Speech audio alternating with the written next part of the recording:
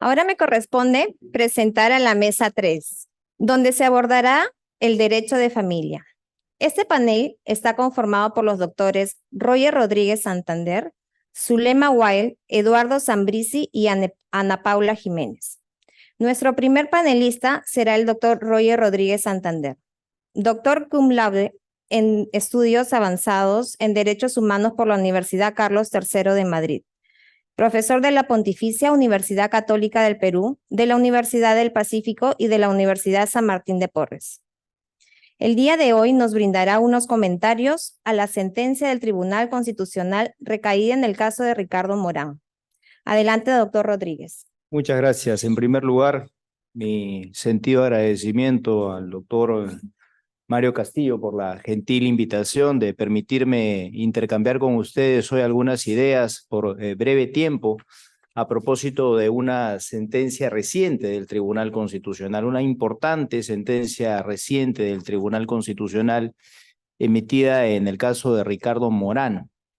Es el expediente 882-2023 Amparo. Yo en realidad soy aquí una suerte de ave raris porque mi especialidad no es el derecho privado, sino el derecho público y concretamente el derecho constitucional, pero es verdad también que creo que se asume pacíficamente de un tiempo a esta parte que hemos ingresado en un proceso de constitucionalización del derecho privado y dentro del derecho privado, por supuesto, del derecho de familia. De hecho, tengo ocasión en este momento de dirigir una tesis de una doctoranda de la Universidad Católica, Beatriz Ramírez, que está proponiendo, digamos, entender de aquí en más al derecho de familia como un híbrido, ¿no? Entre derecho privado y derecho público, como consecuencia de la incidencia directa que los derechos fundamentales han comenzado a generar sobre una diversidad de instituciones relativas al derecho de familia. Voy a dividir mi intervención básicamente en los siguientes puntos. Voy a referir brevemente primero los hechos, sobre todo para nuestros amigos extranjeros que quizá no estén tan familiarizados necesariamente con las características fácticas de este caso. En segundo lugar, con una crítica de orden material al pronunciamiento de RENIEC, del Registro Nacional de Identificación y Estado Civil con relación al caso de Ricardo Morán. Y en tercer lugar, con una propuesta de solución alternativa a la que el Tribunal Constitucional propuso en el caso. Y quiero enfatizar que eso no significa que esté en desacuerdo con la posición del Tribunal Constitucional. Estoy, por el contrario, bastante de acuerdo con la parte resolutiva de la sentencia y la verdad con el hilo esencial de la argumentación también. Pero me parece que hay algún apunte que se le puede hacer a la sentencia, sobre todo en aquello que de alguna manera conozco un poco, que son ciertos estándares de argumentación jurídica que me parece que la sentencia pudo haber abordado de alguna manera mejor. Los hechos del caso son los siguientes. Ricardo Morán es una persona que, radicando durante un tiempo en Estados Unidos, quiere tener un hijo. Él, sin embargo, es una persona homosexual y por evidentes razones no puede tenerlo a través de medios naturales. Consecuentemente, decide recurrir a un método de fertilización asistida, en este caso a través de una maternidad subrogada o de un vientre subrogado para ser más específico. En los Estados Unidos, esta es una técnica permitida que está sometida luego a un proceso de orden judicial para la declaratoria de paternidad de la persona que ha tenido la voluntad procreacional, ¿no? Entonces, consigue una donante de óvulo anónima, consigue a una mujer que está dispuesta a prestar su vientre para la procreación, y él es quien tiene la voluntad procreacional. Llegan consecuentemente a un acuerdo tripartito, se celebra una relación contractual, todas las partes evidentemente están de acuerdo, y por efecto de carácter jurídico proveniente ciertamente del ordenamiento jurídico norteamericano, Morán se convierte para todo efecto en padre de 2 criaturas. Pasa el tiempo y siendo Morán peruano de nacimiento, sabe que al amparo del artículo 52 de la Constitución puede darle su nacionalidad a sus hijos. Y fue su intención inicial porque quería vivir con sus hijos en Perú. Pero se topa con un inconveniente de carácter administrativo. Un inconveniente de carácter administrativo que proviene en realidad de un criterio interpretativo de RENIEC, más que de la semántica de lo que establece el Código Civil. El obstáculo es el siguiente: el artículo 21 del Código Civil, como bien conocen, señala específicamente que cuando la madre quiera inscribir a su hijo sin revelar la identidad del padre, puede hacerlo asignándole sus dos apellidos. RENIEC, a mi juicio, con un desconocimiento de lógica jurídica, entiende que esa norma permisiva para la madre es una norma prohibitiva para el padre. Ese es un error lógico. Ese razonamiento implica incurrir en una falacia que es bastante conocida en lógica, que es la confusión de la condición suficiente con la condición suficiente y necesaria. Si esa disposición dijera solo la madre, consecuentemente está prohibiendo cualquier posibilidad distinta a la madre. Pero esa disposición no dice solo la madre. Dice cuando la madre, consecuentemente es una norma autoritativa que cabe ser interpretada o argumentada por analogía si se considera que hay otro supuesto que merece la misma consecuencia jurídica con el propósito de no discriminar a un cierto colectivo. RENIEC, sin embargo, la entiende como una norma prohibitiva. Y no solamente la entiende como una norma prohibitiva, sino que señala que por encima del derecho del menor de ser inscrito y consecuentemente desencadenar una serie de derechos que no podría ejercer si no lo estuviera, está la obligación de revelar el nombre de la madre. Revelación que, por cierto, Morán estaba en imposibilidad jurídica y fáctica de hacer, porque él no conoce quién es la mujer que donó el óvulo respectivo. No lo conoce, o los óvulos respectivos. De manera tal que le estaban solicitando un imposible jurídico, pero ese en realidad, paradójicamente, no era ni siquiera el mayor problema. El mayor problema es que esto estaba generando la imposibilidad de inscribir al menor y consecuentemente de generarle una serie de derechos ya como peruano relativos a salud, educación, seguridad social, etc. RENIEC, sin embargo, plantea eso y lo niega. El Tribunal Constitucional lo que sostiene medularmente, y esta es la posición material que quería fundamentalmente rescatar como primer punto, es lo siguiente. El Tribunal Constitucional sostiene que RENIEC, y me parece que es difícil no estar de acuerdo, ha hecho una indebida ponderación aquí. Es decir, está considerando que es más importante para un niño conocer la identidad de su madre que su propia inscripción y consecuentemente le niega esa posibilidad. Con un agregado que no está en la sentencia, pero que parece haber deslizado RENIEC y que por lo mismo me parece a mí llamativo, ¿no?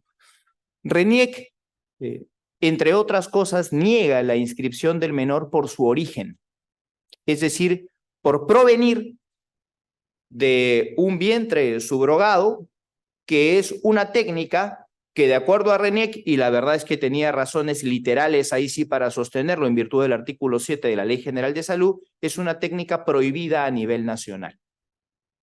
Como es una técnica prohibida a nivel nacional, considera que no hay mérito para inscribir al menor. Es decir, no desvincula el origen del menor de la negativa de su derecho a ser inscrito.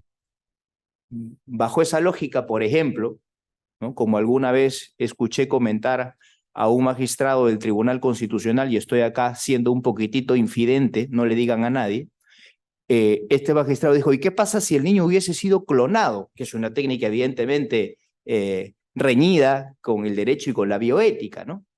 Pero tuviese para todo efecto un padre por adopción, siendo que su origen está reñido con el derecho, ¿no lo vamos a inscribir? Es un absurdo. Hay que separar el origen del interés superior del niño. El interés superior del niño está por encima de cuál haya sido la característica de ese origen. Es decir, estaba siendo el menor discriminado por su origen. Y esa es la razón medular por la que el Tribunal Constitucional considera inconstitucional el razonamiento de Reniec. Pero a partir de allí, el Tribunal Constitucional, a mi juicio, incurre en el mismo error que Reniec. No me refiero, por supuesto, a la conclusión, sino me refiero al razonamiento. El Tribunal Constitucional identifica en el artículo 21 del Código Civil una regla prohibitiva.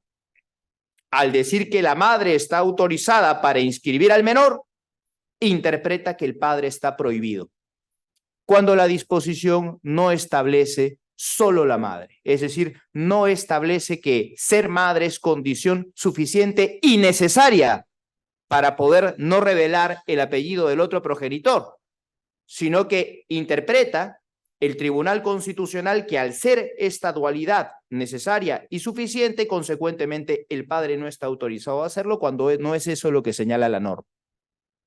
Si el Tribunal Constitucional no hubiese razonado así, sino, a mi juicio, como la lógica jurídica exigía, es decir, no interpretar aquí que había una prohibición para el padre, la alternativa era identificar aquí lo que Ricardo Guastini denomina una laguna axiológica, ¿no? Es decir, el supuesto de madre está regulado, sí, y el supuesto de padre, no. Acá está la laguna, correcto. Pero ese caso que no está regulado literalmente, debiera estar regulado tal como está regulado el supuesto de la madre, con igual razón, porque de lo contrario lo estaríamos discriminando por sexo. La consecuencia o la respuesta a esa pregunta es, en efecto, tiene que estar regulado de la misma manera, de forma tal que por analogía podríamos coberturar la laguna e integrar el derecho. Eso, a mi juicio, es lo que debió hacer. Y nótese, Reniec,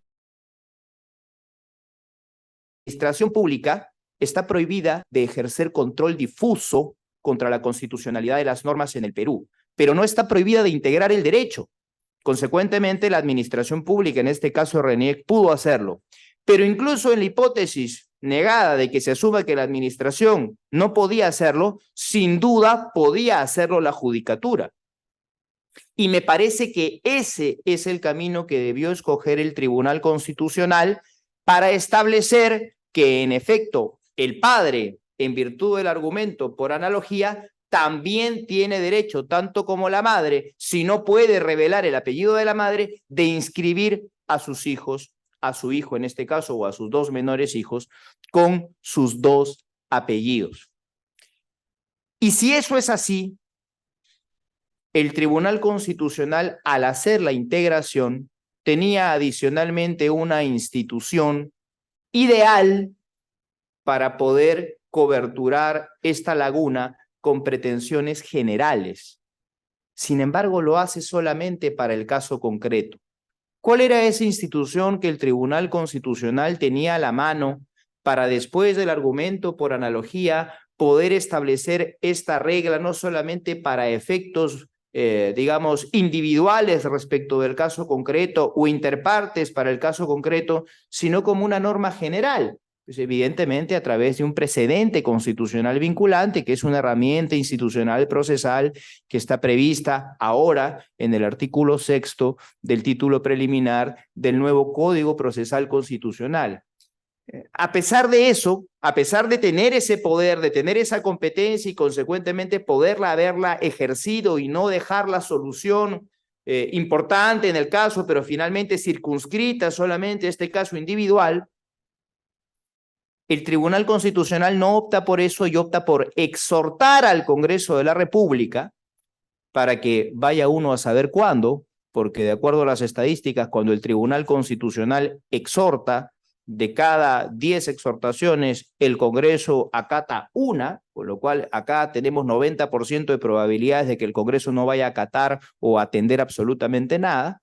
Exhorta al Congreso de la República para que reforme el artículo 21 del Código Civil y consecuentemente en virtud de esa reforma ahora el padre también pueda inscribir a un menor con sus dos apellidos. Me temo que esa exhortación no va a ser seguida ni en el corto ni en el mediano plazo y por lo mismo me hubiese parecido más importante, más eficiente y necesario en esta causa hacerlo a través de un precedente constitucional vinculante.